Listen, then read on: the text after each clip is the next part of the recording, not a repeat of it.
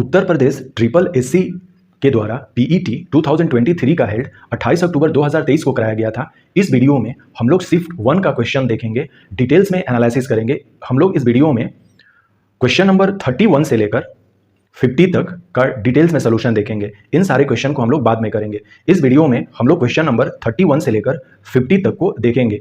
Total PET में 100 questions होते हैं। क्वेश्चन नंबर 31 जो है वो पूछा गया है कि जैसा कि अशोक के शिलालेखों में उल्लेख किया गया है कि मौर्य साम्राज्य में राजधानी पाटलिपुत्र और अन्य 4 प्रांतीय केंद्रों सहित 5 प्रमुख राजनीतिक केंद्र थे। निम्नलिखित में से कौन सा प्रांतीय केंद्र नहीं था, पूछा गया है इसमें। तो सबसे पहले हम लोग देखते हैं, जैसे कि आज हमारे इंडिया में टोटल 28 स्टेट्स हैं, उसी तरह से मौर्यन पीरियड में अशोक के टाइम पर 5 प्रोविंस थे। और वो कौन कौन से प्रोविंस थे? तो ये थे प्राची, जिसको कि मध्य देश भी कहा जाता था, इसकी राजधानी पाटलिपुत्र में थी। उत्तरापथ एक प्रांत है जिसकी राजधानी तक्षशिला है। दक्षिणापथ जिसकी राजधानी स्वर्णगिरी है। चौथा जो है अवंती राष्ट्र है, इसकी राजधानी उज्जैनी है। और कलिंग है जिसकी राजधानी तोसाली है। तो ये पाटलिपुत्र, तक्षशिला, स्वर्णगिरी, उज्जैनी और तोसाली जो है यह एक तरह के सिटीज हैं। जैसे कि पाटलिपुत्र सिटी था उस समय, और ये हमारे प्रोविंस हैं 5। तो इस क्वेश्चन में यही पूछा गया है कि अशोक के टाइम में 5 राजधानियां थी पाटलिपुत्र को इंक्लूड करते हुए, उसमें से कौन सी नहीं थी? तो इंद्रप्रस्थ नहीं थी, जबकि उज्जैनी, स्वर्णगिरी और तक्षशिला जो है, अभी ऑलरेडी हम लोगों ने देखा यहाँ पर कि पाटलिपुत्र, तक्षशिला, स्वर्णगिरी और उज्जैनी भी है, तोसाली भी है, जबकि इंद्रप्रस्थ नहीं है। इंद्रप्रस्थ एक सिटी है जो महाजनपद टाइम में ही थी, और वो दिल्ली का जो इलाका है वहां पर यह स्थित था। तो इसका सही आंसर जो है ऑप्शन डी करेक्ट आंसर होगा। नेक्स्ट क्वेश्चन नंबर 32 में पूछा गया है कि ऋग्वेद में विश्वामित्र जो है ये ऋषि हैं, और किन 2 नदियों के बीच संवाद है? इस क्वेश्चन को ऐसे समझना है कि यह ऋग्वेद में बताया गया है कि एक तरफ ऋषि विश्वामित्र हैं और एक तरफ 2 नदियां हैं, और इनके बीच में क्या होता है? संवाद होता है। तो कौन 2 नदियां थी? तो 2 नदियां ब्यास और सतलुज थी। ऑप्शन ए करेक्ट आंसर है इसमें। शिवाजी की मृत्यु के बाद मराठा राज्य में प्रभावी शक्ति चित्पावन ब्राह्मणों के एक परिवार के पास थी। जो बाल गंगाधर तिलक हैं वो भी चित्पावन ब्राह्मण ही थे। शिवाजी की मृत्यु के पश्चात क्या होता है कि इनके उत्तराधिकारियों को पेशवा के रूप में सेवा दी थी। जो शिवाजी के जो लोग थे, चूंकि हमने देखा है कि शिवाजी ने अष्ट प्रधान करके एक कॉन्सेप्ट लाया था, एक तरह का मंत्री मंडल था जो कि उनके एडमिनिस्ट्रेशन को चलाता था। उसमें जो सबसे हाईएस्ट पोस्ट थी वो पेशवा की थी। तो इसमें यही पूछ रहा है कि पेशवाओं की राजधानी कहां बनी? तो वो पूना में बनी। ऑप्शन डी इसका सही आंसर है। इसको डिटेल्स में यदि हम लोग देखें तो अभी जस्ट यहां पर हम लोग देख सकते हैं। एक ये भी क्वेश्चन आएगा अभी, तो इसको भी देखेंगे। जैसे ऋग्वेद वाला जो क्वेश्चन है उसमें ब्यास और सतलुज होगा कि ऋग्वेद में ऋषि विश्वामित्र के बीच 2 नदियों की जो है वो बातें होती हैं। वो कौन सी 2 नदियां थी? ब्यास और सतलुज। 1980 में छत्रपति शिवाजी महाराज की मृत्यु हो जाती है। उसके बाद यहां पर कब्जा जो है लगभग पेशवाओं का हो जाता है। तो पेशवाओं की जो कैपिटल बनी थी वो और कहीं नहीं, वो बनी थी, पेशवाओं की जो कैपिटल है वो पूना में बनी थी। तो हमारा सही आंसर, उस क्वेश्चन का आंसर जो है वो पूना हो जाएगा। पेशवाओं ने पुणे के किले को बनाया अपना जो कैपिटल है। तो ये इसका सही आंसर था। नेक्स्ट इसमें क्वेश्चन में है कि महावीर स्वामी को जीन के नाम से जाना जाता है। जीन का क्या अर्थ है? तो जीन का मतलब विजेता होता है। ऑप्शन बी करेक्ट आंसर है इसमें। Next question number 35, Chittaranjan Das और मोतीलाल नेहरू ने कांग्रेस के ही अंतर्गत स्वराज पार्टी का गठन किया था। और स्वराज पार्टी का गठन जो है इलाहाबाद में ही हुआ था 1 जनवरी 1923 को। 1922 का जो कांग्रेस का सेशन था वो गया में हुआ था, गया बिहार में हुआ था, जहां पर कि चित्तरंजन दास को इसका अध्यक्ष बनाया गया था। लेकिन उसी समय क्या हुआ कि 1922 में ही हम जानते हैं कि चौरी चौरा घटना के बाद गांधी जी ने असहयोग आंदोलन को वापस ले लिया था। उसके बाद क्या हुआ था कि कांग्रेस में 2 गुट बन गए थे, एक प्रो चेंजर बन गए थे और एक नो चेंजर बन गए थे। तो प्रो चेंजर जो लोग थे वो स्वराज पार्टी को सपोर्ट किए। प्रो चेंजर में चित्तरंजन दास और मोतीलाल नेहरू आते हैं, ये स्वराज पार्टी की स्थापना करते हैं। तो इसका सही आंसर स्वराज पार्टी हो जाएगा। 1722 में आगरा की सूबेदारी स्वाई राजा जयसिंह को दी गई थी। आगरा का इन्हें सूबेदार बनाया गया था। ऑप्शन डी करेक्ट आंसर है क्वेश्चन नंबर 30। 6 का। क्वेश्चन नंबर 37, निम्नलिखित में से किसने अपने सहयोगियों को यह महसूस करने के लिए प्रेरित किया था कि संविधान सभा ब्रिटिश निर्मित थी और ब्रिटिश योजनाओं पर काम कर रही थी, जैसा कि ब्रिटिश चाहते थे कि इस पर काम किया जाए? इसमें सी राजागोपालाचारी और वल्लभ भाई पटेल तो होंगे नहीं, सोमनाथ लाहिड़ी भी हो सकते हैं क्योंकि ये सीपीआई के नेता माने जाते हैं, लेकिन मुझे लग रहा है कि इसका सही आंसर अब्दुल निस्तार होंगे, क्योंकि अब्दुल निस्तार जो हैं, अब्दुल निस्तार के बारे में हम लोग देख लें कि ये इंडियन नेशनल कांग्रेस का काफ़ी क्रिटिसाइज कर रहे थे, क्योंकि ये लोग मुस्लिम लीग के साथ थे। ये आफ्टर पाकिस्तान जब इंडिपेंडेंट हो जाता है, भारत से अलग जब हो जाता है, तो वो यहाँ के अब्दुल रफ निस्तार जो हैं ये गवर्नर भी बनते हैं, पंजाब जो प्रोविंस है उनका वहाँ के। तो मुझे लग रहा है कि इस क्वेश्चन का जो सही आंसर है वो अब्दुल निस्तार ही होने चाहिए, ये इंफॉर्मेशन देखने के बाद। तो इस क्वेश्चन का आंसर हम लोग ऑप्शन सी को सही कर सकते हैं, क्वेश्चन नंबर 37 का। यहां पर हम देख रहे हैं कि राजा जो सवाई जयसिंह हैं उनके बारे में इंफॉर्मेशन है कि जब उनके पिता की मृत्यु होती है, राजा बिशन सिंह का निधन जो है 31 दिसंबर 1699 को हो जाता है। तब वे 11 वर्ष के थे और उन्होंने आमेर के सम्राट के रूप में पदभार संभाला। 1722 में सवाई जयसिंह को आगरा की सूबेदारी प्राप्त हुई और उन्होंने जयपुर को अपने साम्राज्य की राजधानी बनाई। तो यहां पर आमेर नहीं होगा, सही आंसर है आगरे की सूबेदारी, क्योंकि क्वेश्चन में 1722 है, साफ लिखा हुआ है और यहां पर लिखा भी हुआ है कि सूबेदारी प्राप्त कहां हुई जयसिंह को, तो आगरा की हुई। तो ऑप्शन डी इसका सही आंसर है, क्वेश्चन नंबर 36 का। ये सारी इंफॉर्मेशन हम लोगों ने देख ली है। शिवाजी के भी बारे में हम लोगों ने देख लिया। गद्दर पार्टी से रिलेटेड क्वेश्चन पूछे जाएंगे। गद्दर पार्टी जो है 1 नवंबर 1913 को सैन फ्रांसिस्को में इसका गठन होता है, जो कि यूनाइटेड स्टेट ऑफ अमेरिका में है। तो ये हमें जानना होगा। इसके जो लीडर्स थे, सोहन सिंह भकना थे, करतार सिंह सराबा थे, लाला हरदयाल इनसे जुड़े हुए थे। यह गद्दर पार्टी का झंडा है, हम लोग देख सकते हैं। ये काफ़ी इंपॉर्टेंट लोग हैं। करतार सराबा सिंह जी हैं, ये शहीद आजम भगत सिंह के ये एक तरह से सबसे प्रिय थे और ये हमेशा जो है भगत सिंह जो थे इन्हीं से अपने क्रांति को आगे बढ़ाए थे। हमेशा भगत सिंह करतार सिंह सराबा का फोटो रखते थे अपने साथ।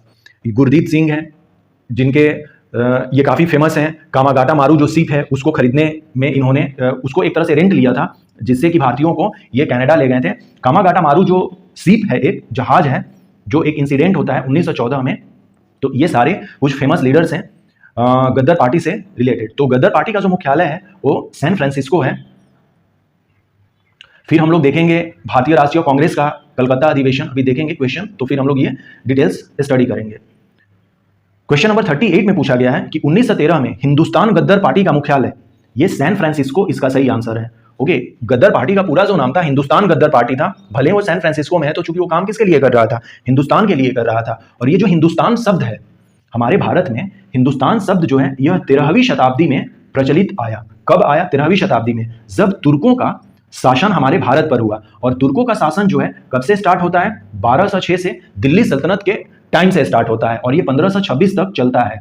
और 1526 में जब बाबर आता है तो ये जो नाम हिंदुस्तान है ये पूरे सब कंटिनेंट के लिए जाना जाता है, हिंदुस्तान। तो हमें ये जानने की जरूरत है, जैसे कि अभी भारत और इंडिया पर काफी डिबेट है, तो उसी तरह से हिंदुस्तान जो शब्द है ये 13वीं शताब्दी में प्रचलन में आया हमारे भारत में। लेकिन जब मुगल साम्राज्य आती है तो वो पूरे सब कंटिनेंट को हिंदुस्तान के नाम से हम लोग जानने लगते हैं। तभी तो कहा जाता है कि शहंशाह हिंदुस्तान जलालुद्दीन मोहम्मद अकबर, इस तरह से प्रोनाउंसिएशन किया जाता था उनके नाम के साथ। तो हिंदुस्तान गद्दर पार्टी का मुख्यालय जो है वो सैन फ्रांसिस्को सही आंसर है।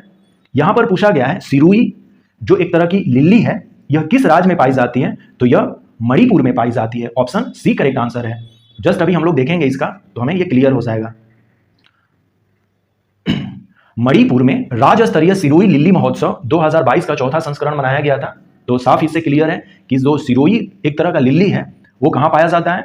वो मणिपुर में पाया जाता है। ऑप्शन सी करेक्ट आंसर है। क्वेश्चन नंबर 40, कांग्रेस का वह अधिवेशन कहां हुआ था जिसमें महात्मा गांधी जी ने अन्य नेताओं को खिलाफत के साथ साथ स्वराज के समर्थन में असहयोग आंदोलन शुरू करने की आवश्यकता के बारे में बताया था? तो ये कलकत्ता अधिवेशन होगा। अभी देखते हैं कि कलकत्ता अधिवेशन और नागपुर अधिवेशन में क्या डिफरेंसेस है। दोनों जो है अधिवेशन 1920 में हुई थी। यहाँ पे बिल्कुल कंफ्यूजन नहीं करना है, अभी जस्ट अभी हम लोग देखेंगे तो ये क्लियर हो जाएगा। खिलाफत मूवमेंट जो है 1919 से शुरुआत होता है और असहयोग आंदोलन जो है 1920 से स्टार्ट होता है। अब थोड़ा सा देख लेते हैं इसके इंफॉर्मेशन को। सबसे पहले कलकत्ता में अधिवेशन होता है सितंबर 1920 में। यहां पर इसके अध्यक्ष जो है लाला लाजपत राय को बनाया जाता है और यह फर्स्ट टाइम था जबकि लाला लाजपत राय को लाल बाल पाल में केवल एक ही व्यक्ति को बनाया गया था कांग्रेस का अध्यक्ष, वो थे लाला लाजपत राय। 1920 में कलकत्ता के विशेष अधिवेशन में यहां पर इनको अध्यक्ष बनाया जाता है। यहां पर क्या कहा जाता है कि असहयोग आंदोलन के प्रस्तावों को पारित करने के लिए एक विशेष अधिवेशन को आयोजित किया गया था। हालांकि यह अधिवेशन गांधी जी की जो गलत भविष्यवाणी थी कि यदि असहयोग आंदोलन सफल हो जाता है तो स्वराज 1 साल में प्राप्त किया जा सकता है। असहयोग आंदोलन 1920 में महात्मा गांधी जी द्वारा स्वराज के उद्देश्य से शुरू किया गया था, हालांकि आंदोलन सफल नहीं हुआ था। तो यहीं पर इस क्वेश्चन का आंसर हमें मिल जाता है। अभी जस्ट क्वेश्चन देखेंगे तो पता चल जाएगा। जबकि दिसंबर 1920 में जो हुआ था कांग्रेस का अधिवेशन नागपुर में, इसके जो अध्यक्ष थे वो सी विजय राघवाचार्य थे और यहां पर जो असहयोग आंदोलन को प्रस्ताव था उसको क्या किया जाता है, पारित कर दिया जाता है। उस प्रस्ताव को क्या कर दिया जाता है, पारित कर दिया जाता है। और प्रस्ताव लाया कहां जाता है, वो कलकत्ता में लाया जाता है। तो ये पारित से रिलेटेड नहीं पूछ रहा और साथ ही साथ यहाँ पर ये स्वराज की जो कॉन्सेप्ट है ये हमें स्वराज मिल जाएगा, वो कलकत्ता अधिवेशन में ही गांधी जी ने क्लियर किया था। और यही क्वेश्चन में कहा गया है यहाँ पर कि कांग्रेस का वह अधिवेशन कहाँ हुआ था जिसमें महात्मा गांधी ने अन्य नेताओं को खिलाफत के साथ साथ स्वराज के समर्थन में सहयोग आंदोलन शुरू करने की आवश्यकता के बारे में आश्वस्त किया था। तो इसका 100% करेक्ट आंसर कलकत्ता होगा। क्वेश्चन नंबर 41, खुदाई खिदमतगार काफी फेमस है। इसके संस्थापक खान अब्दुल गफ्फार खान है, जिनको कि बादशाह खान के भी नाम से जाना जाता है। ये पाकिस्तान के नागरिक हैं और ये एकमात्र ऐसे पाकिस्तान के नागरिक हैं जिनको कि हम लोग भारत रत्न दिए हुए हैं। भारत जो है वो खान अब्दुल गफ्फार को भारत रत्न भी दी हुई है। यहाँ पर क्वेश्चन नंबर 42 में राजस्थान के जो जालौर जिला है वहां पर ग्रेनाइट पाया जाता है, उसका कलर कैसा होता है ये पूछा गया है। तो वो रोजी पिंक होता है, गुलाबी कलर का होता है। ये है वो ग्रेनाइट। जालौर राजस्थान राज्य का एक ऐतिहासिक शहर है जहां पर कि सुनहरे, जिसको कि हम लोग सुनहरे शहर और ग्रेनाइट शहर के लिए प्रसिद्ध है। जो जालौर है यहाँ का जो ग्रेनाइट है यह गुलाबी ग्रेनाइट के तौर पर देखा जाता है। उदयपुर में वो हरा ग्रेनाइट होता है, जबकि जालौर में किस तरह का होता है, गुलाबी होता है। तो यहाँ पर क्लियर आंसर है इसका रोजी पिंक अर्थात कि गुलाबी ग्रेनाइट हो जाएगा। ऑप्शन डी करेक्ट आंसर है। पुर्तगालियों द्वारा निर्मित बंदेल जो है, ये बंदेल जो है काफी फेमस टाउन है, पश्चिम बंगाल में है। करेक्ट आंसर ऑप्शन सी हो जाएगा। उड़िया पठार यह राजस्थान में स्थित है, सिरोही जिला है। अभी जस्ट इसका भी इंफॉर्मेशन देखेंगे कि उड़िया पठार जो है कहाँ स्थित है, तो राजस्थान में स्थित है। शीत ऋतु की शुरुआत में तमिलनाडु के तटीय क्षेत्रों में वर्षा का क्या कारण है, क्यों होता है? जब हम अपने इंडिया की बात करें तो जब हम लोग इस तरह से बनाते हैं तो ये तमिलनाडु का जो कोरोमंडल तट है यहाँ पर लौटते हुए मानसून से वर्षा होती है। तो यह उत्तर पूर्व मानसून से होती है। इसका सही आंसर ऑप्शन बी है। और साउथ वेस्ट मानसून तो यहाँ पर स्टार्ट होती है जून में, ये तो जून में स्टार्ट यहाँ से होती है तो ऐसे जाती है। तो ये इस तट पर नहीं वर्षा कराती है। वर्षा कौन कराती है? जो इधर से वापस आती है शीत ऋतु में, शरद ऋतु में अब आएगी, जैसे दिसंबर के समय में वो आती है और दिसंबर में इस तट पर क्या करती है, वो पानी का ये वर्षा कराएगी। तो उसको हम लोग उत्तर पूर्व मानसून कहेंगे। Option B is correct answer. Tamil Nadu में मानसूनी वर्षा उत्तर पूर्वी मानसून के कारण होती है। ऐसी वर्षा अक्टूबर महीने से शुरू होती है और जनवरी के मध्य तक रहती है। उड़िया का पठार जो है ये राजस्थान का सबसे ऊंचा 1360 मीटर ऊंचा पठार है। यह सिरोही जिले में है। कुछ इंपॉर्टेंट हम लोग राजस्थान के पठारों के नाम देख सकते हैं, जिसमें कि उड़िया का पठार है, सिरोही जिले में है। आबू का पठार सिरोही जिले में ही है। भोराट का पठार कुंभलगढ़ में है। मेषा का पठार चित्तौड़गढ़ में है। लसाड़िया का पठार उदयपुर में है। ऊपर माल का पठार बिजौलिया भौंसरोडगढ़ में है। तो ये सारे कुछ इंपॉर्टेंट पठार से यहाँ पर हम लोग मैप में भी देख सकते हैं और सिरोही जिला जो है अपना यहाँ पर लगता है और यही जो है उड़िया का पठार यहाँ पर हमें देखने को मिल रहा है। The basilica of the Holi rosary, ये जो पोर्चुगीज थे ये बंगाल में फाउंड करते हैं 1599 में। तो बंडेल वाला जो हमने देखा था क्वेश्चन वो इससे रिलेटेड था। तो बंडेल चर्च जो है वो गोवा नहीं, 100% बंडेल काफी फेमस जगह है। जब आप सर्च करेंगे तो आपको पता चल जाएगा। क्वेश्चन नंबर 46, स्वर्ण क्रांति, काफी सिंपल सा क्वेश्चन है। ये बागवानी से रिलेटेड है, हॉर्टिकल्चर से रिलेटेड है। गन्ने के उचित एवं लाभकारी मूल्य जो है एफआरपी, यह कौन मंजूरी देता है? तो आर्थिक मामले की कैबिनेट समिति। अभी जस्ट डिटेल्स इसका देखेंगे तो हमें पता चल जाएगा। काम करने का अधिकार जो है ये एमजी नरेगा से आता है। ऑप्शन ए करेक्ट आंसर है। खुशखबरी, सरकार ने गन्ने का समर्थन मूल्य बढ़ाने का ऐलान किया। सरकार बढ़ाती है तो सरकार कहां से बढ़ाती है? तो वो ये करेगी। कैबिनेट कमेटी की आर्थिक मामले की कमेटी ने 2023-24 सीजन के गन्ने के एफआरपी में 10 रुपए प्रति क्विंटल की बढ़ोतरी का ऐलान किया है। तो कौन करता है एफआरपी का निर्धारण? ये मंजूरी देना है। तो मंजूरी कौन देता है? तो कैबिनेट कमेटी की आर्थिक जो मामले की कमेटी होती है वो, अर्थात की जो गवर्नमेंट ऑफ इंडिया है वही ये काम करती है। ये भी हमने देख लिया और एमजी नरेगा वो भी हमने देख लिया। हॉर्टिकल्चर का भी यहीं पर हम लोग देख लेते हैं। हॉर्टिकल्चर जो है, गोल्डन रिवोल्यूशन जो है ये production of honey and horticulture से है। हॉर्टिकल्चर यानी कि बागवानी की खेती करेंगे तो हम लोग उस बागवानी में क्या कर सकते हैं, मधु पालन भी कर सकते हैं, मधुमक्खियों का पालन भी कर सकते हैं, तो वो हनी से भी रिलेटेड हो जाएगा। मतलब कि एक पंथ दो काज वाली बात है गोल्डन रिवोल्यूशन। महात्मा गांधी ग्रामीण रोजगार गारंटी अधिनियम है जो 2005 में आया था और 2009 में इसको एमजी नरेगा हम लोगों ने कहने लगा था। ये एक तरह का 100 दिन यह गारंटी हमें देता है, अर्थात कि काम करने का गारंटी ये हमें देता है। तो ये हमने देखा क्वेश्चन जो रिलेटेड था हमारे काम करने की गारंटी से, ये काम करने का अधिकार, right to work. Next question number 49, भारतीय स्वतंत्रता अधिनियम 1947 के पारित होने के साथ भारत एक अधिराज्य बन गया और अधिराज्य विधानमंडल ने भारत सरकार अधिनियम 1935 को किस धारा के प्रावधानों के तहत 1947 से 49 तक कानून बनाया? तो वो धारा 100 के अकॉर्डिंग बनाया था। 1947 में 15 अगस्त 1947 को जब हम लोग आजाद हो गए तो उस दिन तो हमारे पास हमारा संविधान नहीं ना था, अभी तो संविधान हमारा बन ही रहा था। तो हमारा जो कंट्री है 1947 से 1949 तक कैसे चला? तो वो जो गवर्नमेंट ऑफ इंडिया एक्ट 1935 में आया था उसी के अकॉर्डिंग चला और उसकी धारा 100 के उपबंधों के अकॉर्डिंग चला था। ये काफी फेमस क्वेश्चन है, इसका सही आंसर ऑप्शन बी हो जाएगा। नेक्स्ट जो फाइनल क्वेश्चन है अपना कि एक व्यक्ति जो संसद का सदस्य नहीं है उसे राष्ट्रपति द्वारा अधिकतम कितने महीनों के लिए मंत्री के रूप में नियुक्त किया जा सकता है? तो 6 महीने इसका सही आंसर है।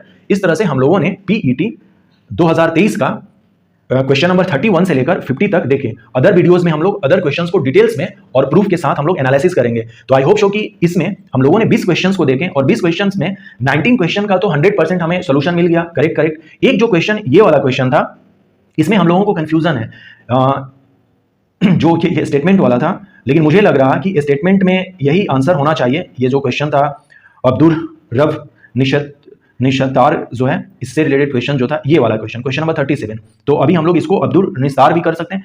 ए और बी तो बिल्कुल नहीं होगा, सोमनाथ लाहिड़ी हो सकते हैं, लेकिन फाइनल आंसर की अकॉर्डिंग हम लोग देखेंगे क्या होता है। नहीं तो हम लोगों ने 20 क्वेश्चन में 19 क्वेश्चन का 100% सोल्यूशन देख लिया है। नेक्स्ट वीडियो में फिर मिलते हैं। So thanks and take care.